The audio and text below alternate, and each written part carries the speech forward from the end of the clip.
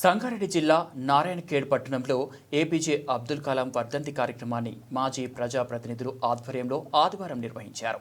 ఈ సందర్భంగా గోండు బంజారా రాష్ట్ర నాయకుడు రవీందర్ నాయక్ మాట్లాడుతూ దేశానికి రాష్ట్రపతిగా, శాస్త్రవేత్తగా అబ్దుల్ కలాం ఎంతో సేవలు చేశారని కొనియాడారు. దేశభక్తి, విజ్ఞానం, వినయత, శీలత కలిగిన మహావ్యక్తిగా ఆయన ప్రజల గుండెల్లో చిరస్థాయిగా నిలిచారని తెలిపారు. యువత ఆయనను ఆదర్శంగా తీసుకోవాలని అన్నారు. ఈ కార్యక్రమంలో నాయకులు వహాబ్ పటేల్, అభిషేక్ తదితరులు ఉన్నారు. నమ్ముకొని మరి భారతదేశాన్ని ఒక అగ్రగామిగా, భారతదేశాన్ని ప్రపంచ స్థాయిలో తలెత్తుకునేటట్టు సైంటిస్ట్గా ఎదగడం జరిగింది. భారతదేశాన్ని కూడా చాలా ఆయన సేవ చేయడం జరిగింది.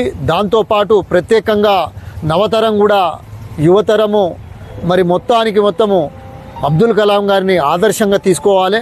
వారు ఎన్నో కష్టాలని చదివి పేదరికం నుండి వచ్చి కూడా మరి ఇవాళ భారతదేశాన్ని విద్యార్థులకు ప్రత్యేకంగా వారు మార్గదర్శకులయ్యారు. కాబట్టి మనమందరం కూడా అబ్దుల్ కలాం గారి మరి కులాలకు, మతాలకు అతీతంగా వారు దేశాన్ని చాలా సన్మార్గంలో మంచి నిర్దేశించడం జరిగింది.